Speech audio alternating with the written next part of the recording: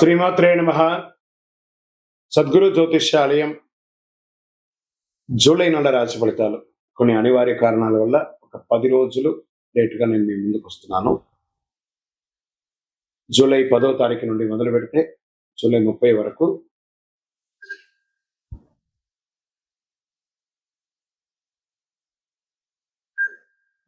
గ్రహాలన్నీ కూడా ఎలాంటి ఫలితాలు ఇవ్వబోతున్నాయి, ఈ 20 రోజుల్లో ఉద్యోగ, వ్యాపార, వ్యవహార, కుటుంబ అన్ని కూడా గోచార ప్రకారంగా ఎలా ఉన్నాయని చెప్పి మీ ముందుకు రాబోతున్నాను. జ్యోతిష్యం అంటే అందరికీ ఒక ఉత్సాహం. ఈ నెల నాకు ఎలా ఉండబోతుంది అనేది. చాలా మంది గురుగారు ఈ నెల మీరు నాకు అందుబాటులో లేదు అనడం కొన్ని అనివార్య కారణాల వల్ల నేను కాస్త ఆలస్యంగా వచ్చాను. మీకు కలిగిన ఇబ్బందికి క్షమించండి. జ్యోతిష్యం పడుతున్న వర్షానికి ఒక గొడుగు మాత్రమే కానీ జ్యోతిష్యం జీవితం కాదు. ఈ యొక్క ఫలితాలన్నీ మీ యొక్క వ్యక్తిగత జాతకానికి ఒక 30% మాత్రమే వర్తిస్తుంది. కన్యా రాశి మిత్రులారా, జూలై 10 నుండి జూలై 20 వరకు 2030 వరకు కట్ ఎడిటర్స్ దీన్ని మళ్ళీ రిపీట్.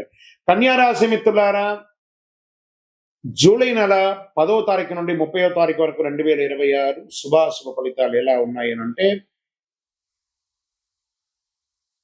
ఈ నెల గ్రహాలంతా కూడా బుధుడు మీ రాశికి అధిపతి కావడంతో మేధాశక్తి, వివేకం, ప్రణాళికబద్ధమైన ఆలోచనలు పెరుగుతాయి. గురుగ్రహ అనుగ్రహంతో గౌరవం, జ్ఞానం, ధనయోగం బలపడతాయి. శని కష్టానికి తగిన ఫలితాలు అందిస్తాడు. శుక్రుడు కుటుంబ సౌఖ్యాన్ని, రాహు వృత్తిలో కొత్త అవకాశాలు, కేతు ఆధ్యాత్మిక చైతన్యాన్ని పెందించి మిశ్రమ ఫలితాన్ని ఇస్తున్నారు. ఈ నెలంతా కూడా వ్యాపార విస్తరణకు అనుకూలమైనటువంటి సమయం. This is the right time for expansion of your business.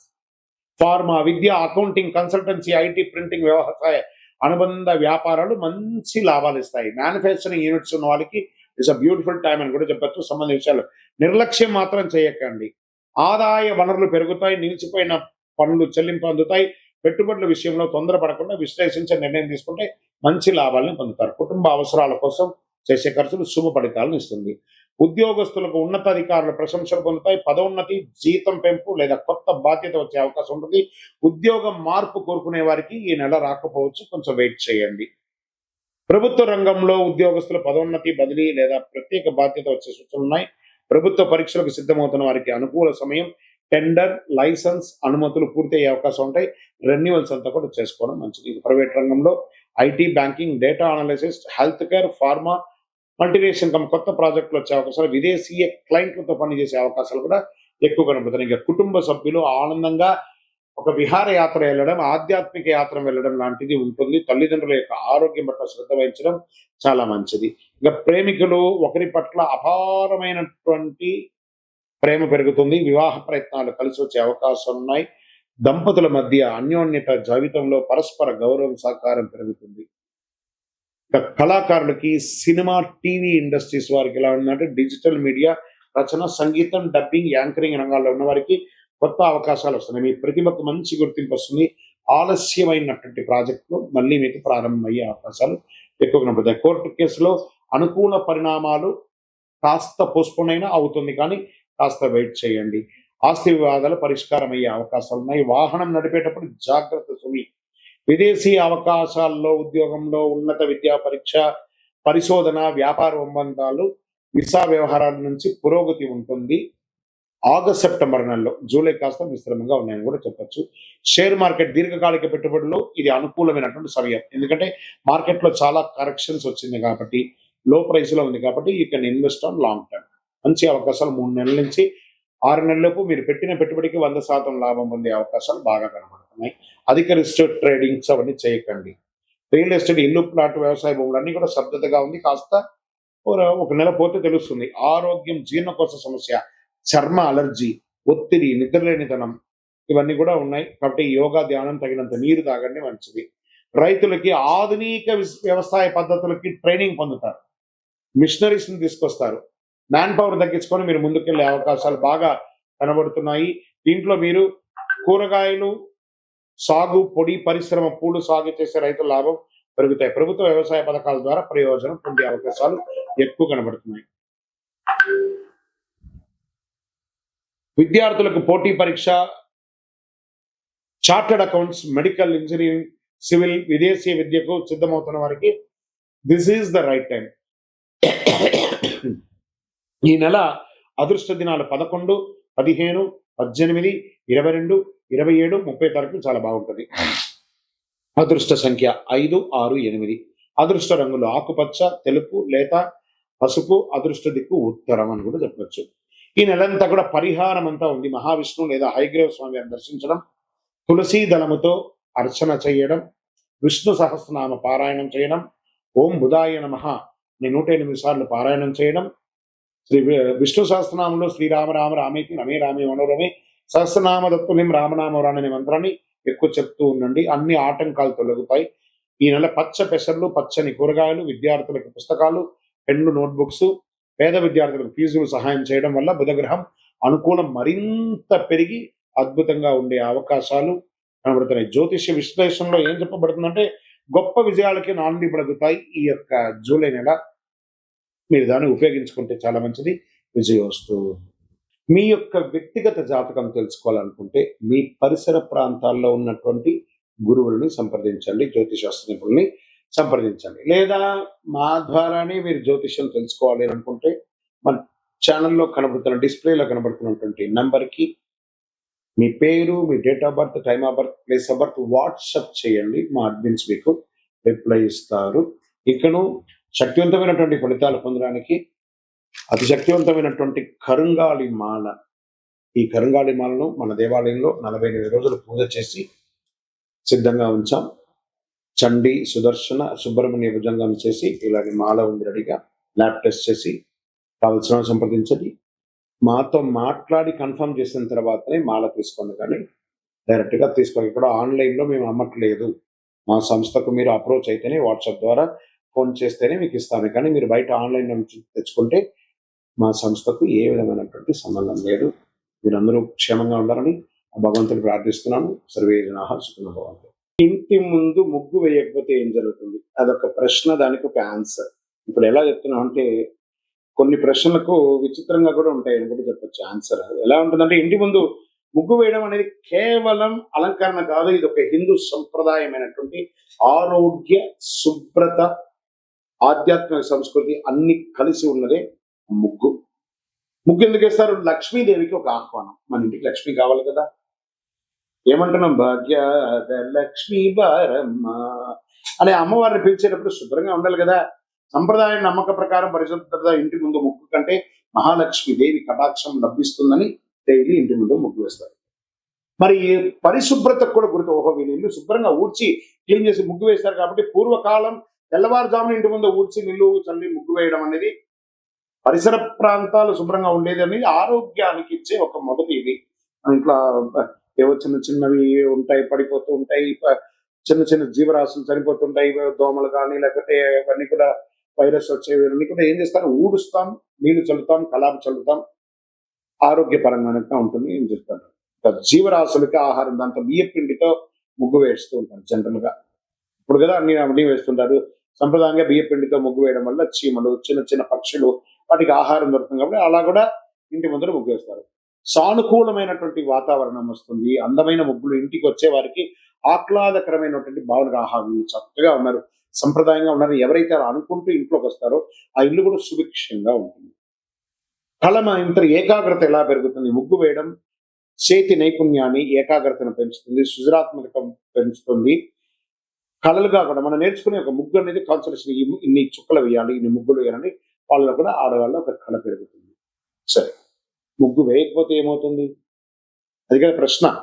మనం ముగ్గు వేయడం వల్ల గురించి కదా మాట్లాడుకున్నాం. దీనిపై 2 రకాలైనటువంటి అవగాహన ఉన్నాయి. ఇంట్లో శుభశక్తులు తగ్గుతాయండి. ఫస్ట్ ఆ ఇల్లు, ముగ్గు వేసే ఇల్లు, ఎదురిల్లు బాగుంటుంది, ఎదురు వేయకుండా ముగ్గు వేయకపోతే ఇంకా నిద్ర కూడా లేవలేదు అని మాట్లాడుతూ పోతారు. దరిద్రం స్టార్ట్ అవుతున్నారు. ఆ ఇంటి ముందర అశుభం కనబడుతూ ఉంటుంది. లక్ష్మీదేవి అనుగ్రహం తగ్గుతుంది. శుభకార్యాలకు అనుకూల వాతావరణం తగ్గుతుందని కొందరు విశ్లేషిస్తారు. కానీ వాస్తవ దృష్టిలో ముగ్గు వేయినంత మాత్రాన తప్పనిసరిగా ఏదైనా అశుభం జరుగుతుందా? శాస్త్రీయమైనటువంటి ఆధారాలు ఎక్కడ లేదు, ఏమి జరగదు. కొంతమంది ముగ్గు అనేది ఏంటో కూడా తెలియని వాళ్ళు కూడా ఉన్నారు. ఇలా కొన్ని గేటెడ్ కమ్యూనిటీస్ లో, అపార్ట్మెంట్స్ లో ముగ్గు వేయడం అనేది లేదు, స్టిక్కర్ వేసేసి వదిలేస్తున్నారు. అయితే పరిశుభ్రత సంప్రదాయం అందం వంటి ప్రయోజనాలు కోల్పోతారు ముగ్గు వేయకపోతే. వైదిక సంప్రదాయం ఏ రకంగా చెప్తుంది? ఆధ్యాత్మికంలో ధర్మశాస్త్రాలు ఇంటి పరిశుభ్రంగా ఉంచడం, దేవతారాధనకు ముందు ముగ్గు వేసి గడప కడిగి ముగ్గు వేయడం అనేది పవిత్రత చేకూరుతున్న ప్రాముఖ్యతలు చెప్తున్నారు. ముగ్గు వేయడం అనేది పవిత్రతకు ప్రతీక. తరతరాలుగా వస్తున్న ఆచారం అయితే ముగ్గు వేయకపోతే తప్పనిసరిగా కష్టం వస్తుంది అని చెప్పడానికి ఏ విధమైనటువంటి శాస్త్ర కోణాలు లేదు. ముగ్గు వెయ్యండి, వేయకపోతే మీ ఇష్టం. వేయకపోతే ఏదో తప్పు జరిగిపోతుంది అనేది భ్రమలోకి వెళ్ళకండి. కానీ వేస్తే శుభ్రంగా ఉంటుంది అనేది ముఖ్యం. ఆరోగ్యంగా ఉంటారు. ముగ్గు వేయడం శుభప్రదం, సాంస్కృతిక గొప్ప సంప్రదాయం విజయవస్తు. తులసి మొక్క దగ్గర దీపం ఎందుకు పెట్టాలి? పెట్టకపోతే ఏమవుతుంది? ఈ తులసి మొక్క ప్రతి ఇంట్లో ఉంటుందండి. అది వచ్చి విష్ణు యొక్క స్వరూపం. కృష్ణ తులసి, రామ తులసి అని 2 తులసి ఉంటుంది. దీపం పెట్టాను దేవుడు అని చెప్పేసి ఆ చెట్లోకి తీసుకుపోయి కొంతమంది పెడతారు. ఆ వేడికి కరిగిపోతూ ఉంటుంది. అవసరమా? తర్వాత ఆ చెట్టు మొదలు కింద పెడతారు. అవి కూడా కరిగిపోతాయి. చూడండి, తులసి మొక్క పెట్టిన దీపం దగ్గర పెట్టడం వల్ల పెట్టిన దీపము షింక్ అయిపోయి ఉంటుంది. ఆ యొక్క ఆకులంతా ఖచ్చితంగా దీపం పెట్టాలి తులసి మొక్క దగ్గర. ఆ కోటలాగా ఉంటుంది కదా, బయట పెట్టండి. ఒక చిన్న ముగ్గు వేసి ఆ దీపాన్ని బయట పెట్టండి. అది మన వైదిక సంప్రదాయ ప్రకారం ఒక అద్భుతమైనటువంటి శక్తిగా భావిస్తాం. మహావిష్ణువుకి దీపం వెలిగించడం. ఎక్కడైతే ఎవరు మహావిష్ణు తులసి, ఆ యొక్క తులసికి ఏ దీపం వెలిగిస్తున్నాం? లక్ష్మీపరమైనటువంటి దీపాన్ని వెలిగిస్తున్నాం. అంత అద్భుతమైనటువంటి పవర్ ఉంది. తులసిదేవి విష్ణుమూర్తికి అత్యంత ప్రీతిపాత్రమైనగా భావిస్తూ ఉంటారు. సాయంత్రం తులసి దగ్గర నెయ్యి లేదా నువ్వుల నూనెతో దీపం వెలిగిస్తే శుభం జరుగుతుంది. ఐశ్వర్యం, ప్రశాంతత పెరుగుతుంది. సంప్రదాయంలో ప్రతిరోజు సాయంత్రం కుటుంబ సభ్యులందరూ ఒక చోట వెలిగి ప్రార్థన చేసే అలవాటు ఉండేది. ఇంట్లో భక్తి, క్రమశిక్షణ, ప్రశాంతత పెరుగుతుంది. ఆ దీపం కొండెక్కేంత వరకు రాత్రి ఆహారం తీసుకోరు చాలా మంది. ఇది మంచి ఆచరణ. సాయంత్రం దీపం వెలిగించడం వల్ల ఇంటికి పరిసరంగా ఆహ్లాదకరమైనటువంటి వాతావరణం ఏర్పడుతుంది. తులసి మొక్క యొక్క స్వభావమే స్వయం సువాసన, ఔషధ గుణాలు కలిగి ఉన్నటువంటి అద్భుతమైనటువంటి ఒక కల్ప వృక్షం. ప్రతిరోజు సంరక్షించడం వల్ల ఇంటికి పచ్చదనం కూడా పెరుగుతుంది. ఎప్పుడు వెలిగించాలి? ఉదయం సూర్యోదయాత్పూర్వం వెలిగించవచ్చు, సాయం సంధ్యలో వెలిగించవచ్చు. కార్తీక మాసంలో ప్రతిరోజు తులసి దగ్గర దీపం వెలిగించడం వల్ల విశేషమైనటువంటి ఫలితాలను పొందే అవకాశాలు బాగున్నాయి. ఏ నూనెతో వెలిగించాలంటే నువ్వుల నూనె లేదా ఆవు నెయ్యితో వెలిగించండి. విశేషమైన ఫలితాలు పొందుతారు. తులసి దగ్గర దీపం వెలిగించిన ఐశ్వర్యం లేదా కష్టాలు దొరకడం వంటి ఫలితాలు సంప్రదాయ విశ్వాసాలకి ఆధారపడి ఉంటుంది. తులసిలో వెలిగించడం కాదు, తులసి దగ్గర వెలిగించాలి. విజయవస్తు. నిత్య దీపారాధన చేయడం వల్ల ఫలితం ఏంటి? దీపం జ్యోతి నమస్తుభ్యం చెప్పి మనం ప్రార్థన చేస్తుంటాం. దీపం వెలిగించడం వల్ల జ్యోతి వెలిగెను, మకర జ్యోతి వెలిగెను. దానివల్ల ఏం లాభం?